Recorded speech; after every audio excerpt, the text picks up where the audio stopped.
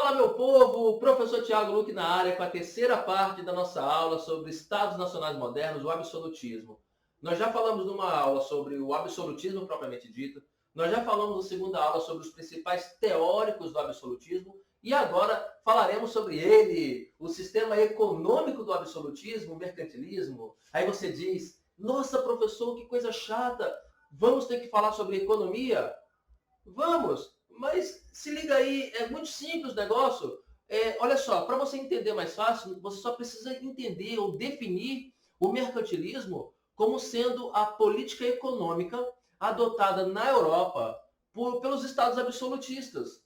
Como nós já dissemos anteriormente, os governos absolutistas interferiam muito na economia de seus países. O objetivo principal desses governos era alcançar o máximo possível de desenvolvimento econômico através do acúmulo de riquezas. Quanto maior a quantidade de riquezas dentro de um reino que um rei possuía, maior seria o seu prestígio, maior seria o seu poder e respeito internacional. Então, os governos absolutistas visavam, nesse caso, controlar todas as regras da economia. Só que aí, meu povo, começa a entrar umas tretas. Porque o mercantilismo tem várias características que você precisa saber. E as principais características do mercantilismo estão aqui. Se liga aí. Primeira característica, metalismo. O metal precioso. Metalismo é o princípio de que o enriquecimento de um país ou de uma pessoa depende da quantidade de metais preciosos que ele acumulasse. No caso dos metais preciosos, eu me refiro ao ouro e a prata. Ah, professor, isso faz explicar aqueles filmes com baús cheios de ouro, os piratas saqueando. Por um acaso, é nesse período que se passa essas histórias de pirataria, tá bom? Essas clássicas histórias de pirataria. Bom, segunda característica, nós temos o monopólio comercial. Basicamente, a economia do país mercantilista e das suas colônias eram controladas pelo Estado, que nesse caso, o rei. O governo absolutista tomava decisões sobre todas as exportações e exportações, impostos cobrados sobre produtos importados ou não, produção e manufatura de produtos manufaturados, exportação colonial, ou seja, tudo era monopolizado pelo Estado no sistema mercantilista. Nós temos como característica também a balança comercial favorável. Né? Imagina que a economia é uma balança e é interessante para uma pessoa que domina essa economia garantir que a sua balança seja sempre favorável. Em outras palavras, uma nação precisa vender mais do que comprar. Porque quanto mais você vende, mais você garante que o seu estado começa a receber o tesouro, no caso, os metais preciosos. Porque se você compra, você deixa esses metais preciosos irem através da compra. Então você precisa vender mais do que comprar. Também nós temos aqui o protecionismo alfandegário, ou barreiras alfandegárias, que para manter a balança comercial sempre favorável, era necessário cobrar impostos sobre os produtos estrangeiros para encarecer esses produtos e incentivar, claro, a produção e o consumo dos produtos nacionais. Sacou? E por último, nós temos aqui para citar o Pacto Colonial. O Pacto Colonial não passa da proibição das colônias de comercializarem livremente. Ou seja, cada colônia deveria vender suas matérias-primas e comprar produtos industrializados das suas respectivas metrópoles. Tendo que essas metrópoles elas acabam acorrentando economicamente as suas colônias e garantindo também o entesouramento da metrópole. Tá?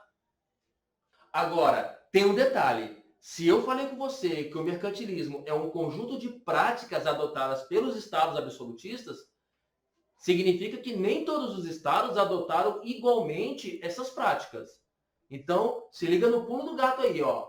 Nem todos os estados absolutistas adotaram o mercantilismo exatamente da mesma forma.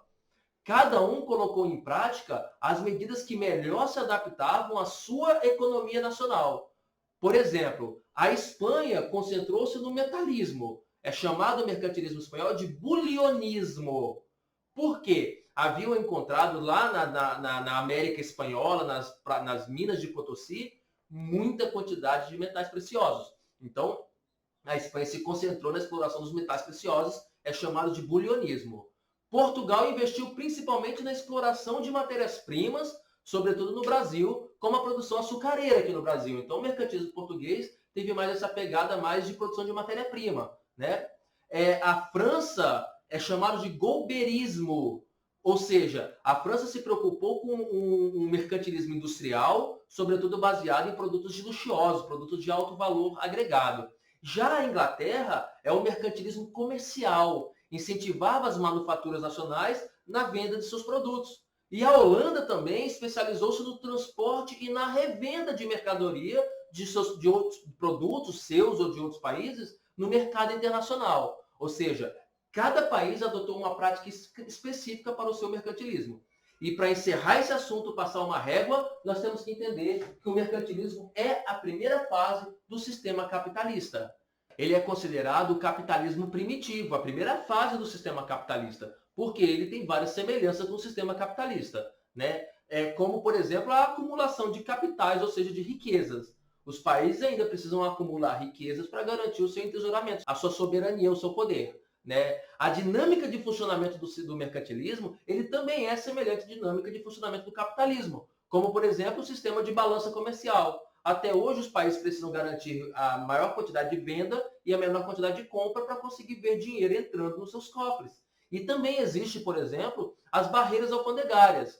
Apesar de não ser bem visto no cenário econômico mundial, os países ainda constituem, ainda fazem leis tendendo a proteger o seu sistema econômico em detrimento aos outros sistemas econômicos dos outros países. Isso são barreiras alfandegárias, são protecionismo alfandegário. Né?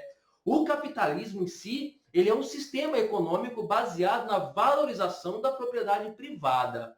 Né? A produção tem como objetivo o lucro dos proprietários dos meios de produção. Seja o proprietário do dinheiro, o proprietário das terras, das máquinas, das fazendas, das fábricas, enfim.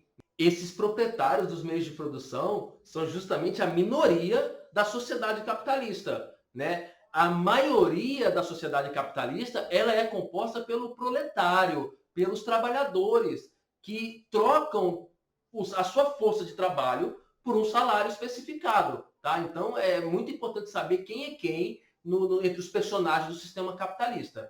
Antes do surgimento do sistema capitalista, que começa com o mercantilismo, no caso, né, que é a primeira fase do capitalismo, o sistema social e econômico predominante na Europa era chamado de feudalismo e estava baseado na exploração e na posse da terra, do feudo.